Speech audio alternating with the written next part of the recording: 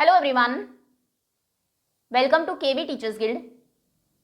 सो बच्चों, अभी हम स्टार्ट करेंगे क्लास 8 इंग्लिश का चैप्टर नंबर 4 एग्रीकल्चर। एग्रीकल्चर का मतलब है वो सभी एक्टिविटीज़ जो क्रॉप्स को ग्रो करने में और एनिमल्स को रियर करने में इन्वॉल्व हैं। फसलों को उगाना और जानवरों को पालना, इसे हम कहते हैं एग्रीकल्चर, हिंदी में कृषि। So Gurpreet, Madhav and Tina were walking through the village when they saw a farmer tilling land. Gurpreet, Madhav और टीना एक गांव से जा रहे थे जब उन्होंने एक किसान को खेत जोतते हुए देखा। The farmer told them that he was growing wheat. उस किसान ने उन्हें बताया कि वो गेहूं उगा रहा है and had just added manure to the soil to make it more fertile. और अभी उसने सिर्फ मिट्टी में खाद डाला है जिससे कि वो और ज़्यादा फर्टाइल बन जाए। He told the children that the wheat would fetch a good price in the मंडी। तो किसान बच्चों को बताता है कि ये व्हीट मंडी में उसको अच्छा प्राइस देंगे, मंडी में जाकर वो उनको बेचेगा। From where it would be taken to factories, और मंडी से इस व्हीट को फैक्ट्रीज में ले जाया जाएगा। To make bread and biscuits from flour, जहाँ पर इसके आटे से ब्रेड और बिस्किट बनेंगे। This transformation from a plant to a finished product. तो ये जो ट्रांसफॉर्मेशन है जहाँ पर एक व्हीट का प्लांट फिनिश्ड प्रोडक्ट ब्रेड और बिस्किट में कन्वर्ट हो जाता है, ट्रांसफॉर्म हो जाता है, involve 3 types of economic activities. इस पूरे प्रोसेस में 3 टाइप की इकोनॉमिक एक्टिविटीज़ इन्वॉल्व है, जो है primary, secondary and tertiary activities. इनको अभी हम डिटेल में देखेंगे, ये इंपॉर्टेंट क्वेश्चन है। 3 टाइप की इकोनॉमिक एक्टिविटीज़ होती हैं, primary, secondary and tertiary. Primary activities include all those connected with extraction and production of natural resources. Natural resources को एक्सट्रैक्ट करना ज़मीन के अंदर से या फिर उनको प्रोड्यूस करना, ये सभी इन्वॉल्व है प्राइमरी एक्टिविटीज़ में, जैसे कि agriculture, fishing, gathering are good examples. खेती करना, फिशिंग करना या फिर चीज़ों को इकट्ठा करना, ये एग्जाम्पल है प्राइमरी एक्टिविटीज़ के। सेकेंडरी एक्टिविटीज़ कंसर्न होती है with the processing of these resources. जो प्राइमरी एक्टिविटीज़ से रिसोर्सेज मिले हैं उनको प्रोसेस जब किया जाएगा वो होगी secondary activities. Manufacturing of steel, baking of bread, जैसे कि यहाँ पर था, and weaving of cloth are example of this activities. Clothes को वीव करना, बुनना, ब्रेड को बेक करना या फिर स्टील बनाना, ये कुछ एग्जाम्पल्स हैं सेकेंडरी एक्टिविटीज़ के। And tertiary activities provide support to the primary and secondary sector through services. Tertiary activities में सर्विसेज इन्वॉल्व हैं जो प्राइमरी और सेकेंडरी एक्टिविटीज़ को सपोर्ट करती है, जैसे कि transportation, trade, banking, insurance and advertising are examples of tertiary activities. So ये 3 टाइप की एक्टिविटीज़ है। प्राइमरी नंबर 1, जिसमें कि नेचुरल रिसोर्सेज को हम एक्सट्रैक्ट करते हैं, प्रोड्यूस करते हैं। एग्रीकल्चर, फिशिंग एंड गैदरिंग इसके एग्जाम्पल्स हैं। सेकेंड है सेकेंडरी एक्टिविटीज़ नंबर 2, इसमें प्राइमरी एक्टिविटीज़ के रिसोर्सेज को प्रोसेस किया जाता है, जैसे कि स्टील को मैन्युफैक्चर करना, ब्रेड को बेक करना, क्लोथ्स को वीव करना। And last one is tertiary number 3, ये सर्विसेज प्रोवाइड कराती है प्राइमरी और सेकेंडरी एक्टिविटीज़ में जो सेक्टर्स हैं उनको, जैसे कि transport, trade, banking, insurance and advertising. Agriculture is a primary activity. Agriculture जिसके बारे में ये चैप्टर है वो एक प्राइमरी एक्टिविटी है। It includes growing crops, fruits, vegetables, flowers and rearing of live stock. अभी इसमें क्या क्या चीज़ें इंक्लूडेड है? क्रॉप्स को, फ्रूट्स को, वेजिटेबल्स एंड फ्लावर्स को ग्रो करना, और लाइव स्टॉक, गोट, शीप, कैटल, इनको रियर करना, जानवरों को पालना। इन द वर्ल्ड, पूरी दुनिया में 50% of persons are engaged in agricultural activity. 50% लोग एग्रीकल्चरल एक्टिविटीज़ में एंगेज्ड हैं। 2/3 ऑफ इंडियाज़ पॉपुलेशन, और इंडिया की पॉपुलेशन का 2/3, जितने भी लोग भारत में रहते हैं उनके 2/3 is still dependent on agriculture. वो अभी भी एग्रीकल्चर पर डायरेक्टली एंड इनडायरेक्टली डिपेंडेंट हैं, खेती पर निर्भर करते हैं। Favourable topography of soil, soil की टॉपोग्राफी कैसी है, टाइप ऑफ सॉइल कैसा है, एंड क्लाइमेट कैसा है आसपास का, are vital for agricultural activity. ये बहुत इंपॉर्टेंट है एग्रीकल्चरल एक्टिविटी के लिए। The land on which the crops are grown is known as arable land. जिस जमीन पर क्रॉप्स उगाई जाती है उसको अरेबल लैंड बोलते हैं। अरेबल मतलब खेती के लायक जमीन है। In the map you can see that agricultural activity is concentrated in those regions of the world. एक मैप आपको दिखाया गया है वर्ल्ड का, उसमें आप देखेंगे कि एग्रीकल्चरल एक्टिविटीज़ वहाँ पर कॉन्सेंट्रेटेड है where suitable factors for the growing of crops exist, जहाँ पर क्रॉप्स को ग्रो करने के लिए सूटेबल फैक्टर्स हैं। World distribution of arable land, तो आप देखेंगे कि इंडिया का मोस्टली पार्ट अरेबल है, ज़्यादातर जगह पर खेती होती है। ये प्लेटू का थोड़ा सा जो पार्ट है ये सिर्फ वाइट दिख रहा है। देन ऑस्ट्रेलिया में ईस्टर्न पार्ट अरेबल है, चाइना में ईस्ट और साउथ ईस्टर्न पार्ट, यूरोप का भी पूरा ही एरिया अरेबल लैंड है, एंड अफ्रीका में ये ट्रॉपिक्स के बीच में, tropic of Cancer and tropic of Capricorn के बीच में जो एरिया है ये अरेबल है। देन यूएसए में जो राइट हाफ है इसमें काफ़ी अरेबल लैंड है। देन ये अर्जेंटीना का छोटा सा पार्ट एंड ब्राज़ील में। सो ये अरेबल लैंड का डिस्ट्रीब्यूशन है पूरे वर्ल्ड में, जो डिपेंड करता है कि सॉइल की टॉपोग्राफी कैसी होगी और वहाँ का क्लाइमेट कैसा है। उसके बाद वर्ड का ओरिजिन देखते हैं, एग्रीकल्चर वर्ड बना कैसे। Agriculture word is derived from Latin word ager और agri meaning soil and culture meaning cultivation. So culture का मतलब होता है कल्टीवेशन और एगर या एग्री का मतलब है सॉइल। सो जब सॉइल के ऊपर हम कल्टीवेट करते हैं उसे बोलते हैं एग्रीकल्चर। ये एक लैटिन वर्ड है। अभी डू यू नो में कुछ इंपॉर्टेंट वर्ड्स की डेफिनेशन गिवन है, जैसे एग्री प्लस कल्चर से बना agriculture, then seri plus culture sericulture, ऐसे pisci culture, viti culture and horticulture. So सबसे पहले है agriculture, the science and art of cultivation on the soil, raising crops and rearing livestock. ये एक science है, एक आर्ट है जिसमें सॉइल को कल्टीवेट किया जाता है, खेत की जुताई होती है, क्रॉप्स को ग्रो करते हैं, फसल उगाते हैं, एंड लाइफ स्टॉक को रियर करते हैं, जानवरों को पालते हैं। It is also called farming, इसको फार्मिंग भी कहते हैं। दूसरा वर्ड है sericulture, commercial rearing of silk worms. Silk मतलब रेशम, रेशम के कीड़े को कमर्शियल पर्पस के लिए रियर करना, पालना, क्योंकि उससे हमें सिल्क बनाना है, उसको बेचना है। इट में supplement the income of the farmer. Farmer agriculture के साथ साथ सेरीकल्चर भी कर सकता है, ये उसकी इनकम में कुछ ऐड करेगा। Next is pisciculture, breeding of fish in specially constructed tanks and ponds. Specially tanks और पॉन्ड्स को कंस्ट्रक्ट किया जाता है, बनाया जाता है फिश को पालने के लिए, मछली पालने के लिए, उसे बोलते हैं पीसी कल्चर। बीटी कल्चर का मतलब है कल्टीवेशन ऑफ ग्रेप्स, ग्रेप्स को कल्टीवेट करना, अंगूर की खेती। हॉर्टिकल्चर मतलब growing vegetables, flowers and fruits for commercial use. Commercial use मतलब बेचने के पर्पज से वेजिटेबल्स, फ्लावर्स एंड फ्रूट्स को ग्रो करना। ये सारी डेफिनेशन इंपॉर्टेंट है। Now next topic is farm system. Agriculture और farming can be looked at as a system. Agriculture या फार्मिंग को हम एक सिस्टम के जैसे भी देख सकते हैं। द इम्पॉर्टेंट इनपुट्स आर, इस सिस्टम के लिए कौन सी वो चीज़ें हैं जो हमें पुट इन करनी है। इनपुट्स हैं सीड्स, बीज, फर्टिलाइजर्स, मशीनरी एंड लेबर, काम करने के लिए लोग। Some of the operations involve are, इन इनपुट्स के बाद जो ऑपरेशन इन्वॉल्व है वो है प्लॉइंग, खेत को जोतना, सीड्स को सो करना, बीज बोना, इरिगेशन, खेत में पानी देना, वीडिंग, जो अनवांटेड प्लांट्स हैं उनको रिमूव करना, एंड देन हार्वेस्ट करना, फसल को काटना। उसके बाद फाइनल आउटपुट्स हमें क्या मिलते हैं from the system are crops, फसल हमें मिलेगी, वुल या फिर डेयरी अगर आपने लाइव स्टॉक को रियर किया था, एंड पोल्ट्री प्रोडक्ट्स, अगर पोल्ट्री फार्मिंग आप कर रहे थे तो फिर एग्स या फिर चिकन्स मिलेंगे। सो ये फिगर में गिवन है the farm system of an arable farm, inputs, machinery, seeds and chemicals. Processes में प्लॉ करना, सो करना, स्प्रे करना पेस्टिसाइड्स को, एंड आउटपुट होगा क्रॉप्स। अभी इनपुट्स भी दो टाइप के हैं, physical inputs and human inputs. Human inputs हैं chemicals, machinery, labour, human itself and storage, जहाँ पर फसल को आप स्टोर करेंगे हार्वेस्ट करने के बाद। कुछ फिजिकल इनपुट्स भी है या फिर नेचुरल इनपुट्स भी आप इनको कह सकते हैं। रेनफॉल, बारिश होगी वो हेल्प करती है क्रॉप्स को ग्रो होने में। सॉइल, मिट्टी, स्लोप सॉइल का, टेम्परेचर एंड सनशाइन, धूप। Okay, next is types of farming. कितने टाइप की फार्मिंग होती है। Farming is practised in various ways across the world. पूरी दुनिया में लोग अलग अलग तरीके से फार्मिंग करते हैं, depending upon the geographical conditions. आसपास की जोग्राफिकल कंडीशंस कैसी है, टेम्परेचर कैसा है, क्लाइमेट कैसा है, सॉइल की टॉपोग्राफी कैसी है, डिमांड ऑफ प्रोड्यूस, उस प्रोडक्ट की कितनी डिमांड है मार्केट में, लेबर कितनी अवेलेबल है हमारे पास, and level of technology. Level of technology कैसा है।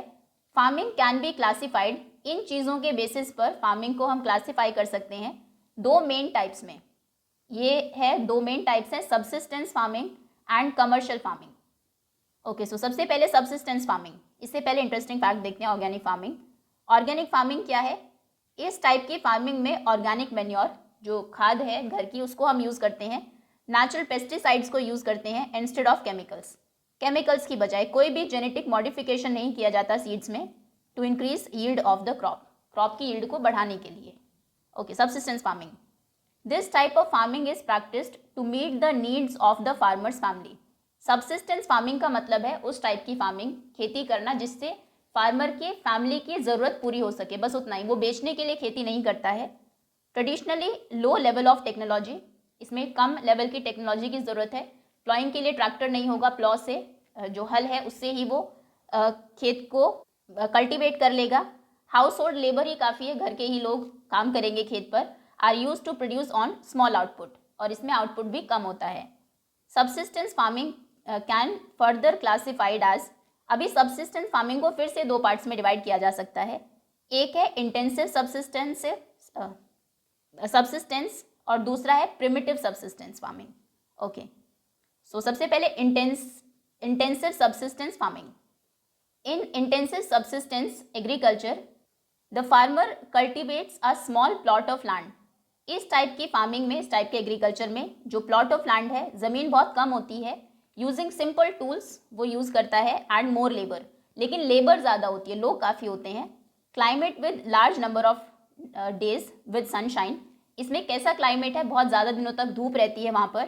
फर्टाइल सॉइल होती है, फर्टिलिटी बहुत होती है सॉइल की। Permit growing of more than one crop annually on the same plot, तो उसी प्लॉट पर, प्लॉट छोटा है लेकिन एक से ज़्यादा क्रॉप्स वो उगा लेता है एक साल में। Rice is the main crop, इसमें राइस मेन क्रॉप होती है। दूसरी कौन सी क्रॉप्स हो सकती है, वीट, मेज, pulses and oil seeds. Intensive subsistence agriculture is prevalent in the thickly populated areas, ये वहाँ पर ज़्यादा पॉपुलर है जहाँ पर बहुत ज़्यादा लोग रहते हैं, ज़्यादा लोग हैं इसलिए ज़मीन कम है, और क्योंकि डिमांड ज़्यादा है तो एक से ज़्यादा जो फसलें हैं वो उनको उगानी पड़ती है एक साल में। Of monsoon regions of south east and east Asia, in areas में ये इंटेंसिव सब्सिस्टेंस फार्मिंग एग्रीकल्चर होता है। नंबर सेकेंड, ये फर्स्ट का सेकेंड पार्ट है।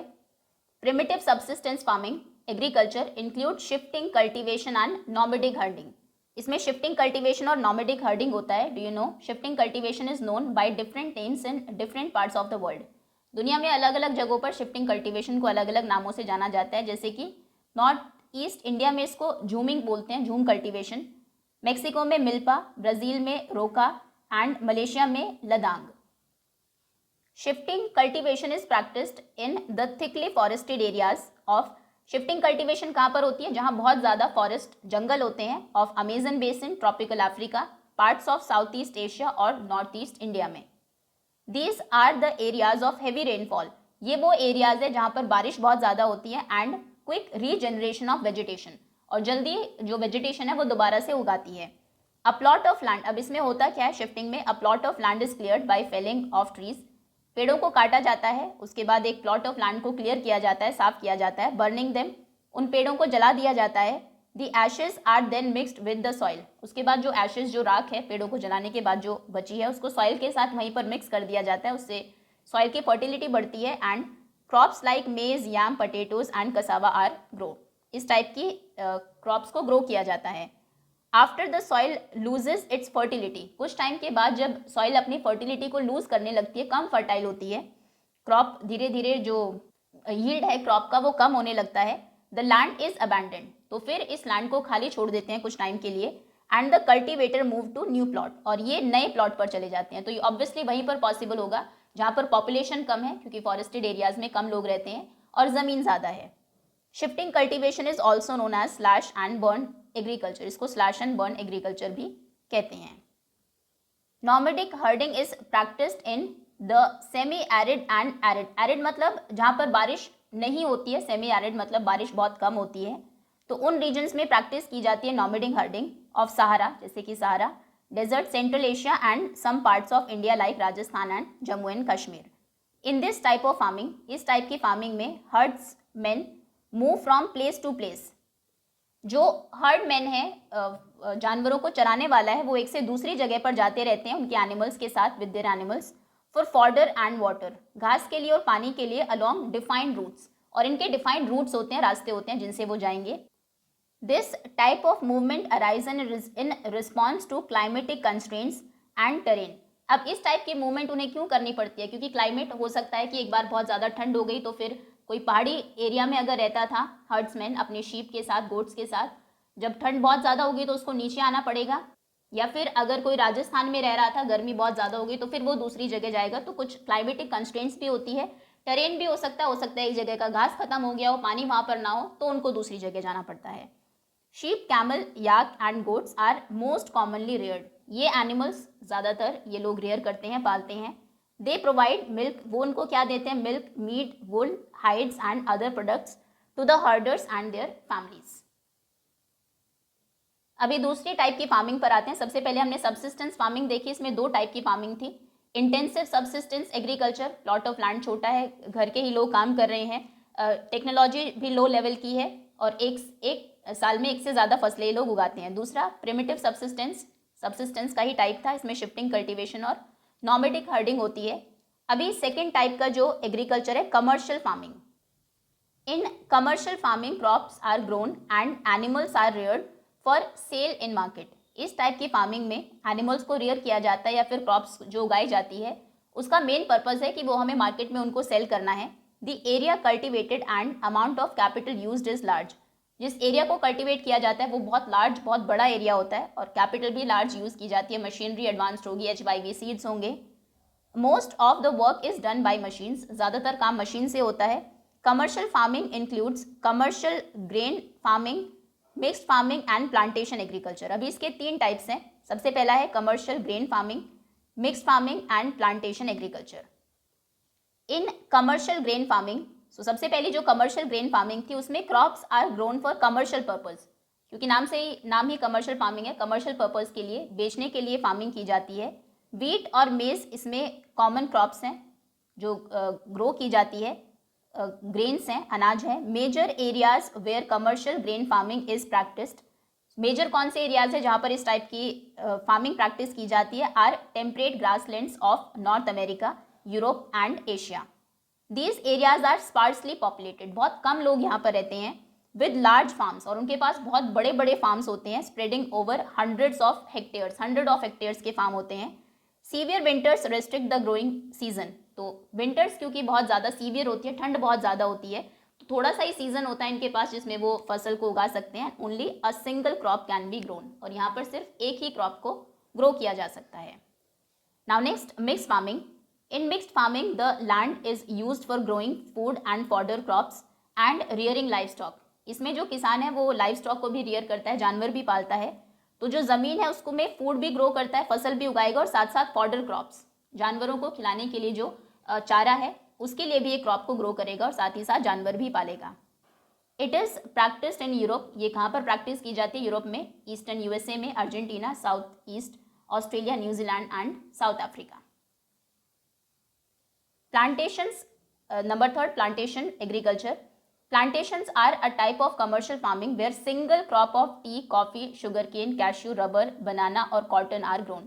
प्लांटेशन में एक सिंगल टाइप की क्रॉप उगाई जाती है। टाइप ऑफ क्रॉप्स क्या होगी, कॉफ़ी होगी, टी होगी, शुगरकेन, गन्ना, कैश्यू, रबर, बनाना या फिर कॉटन।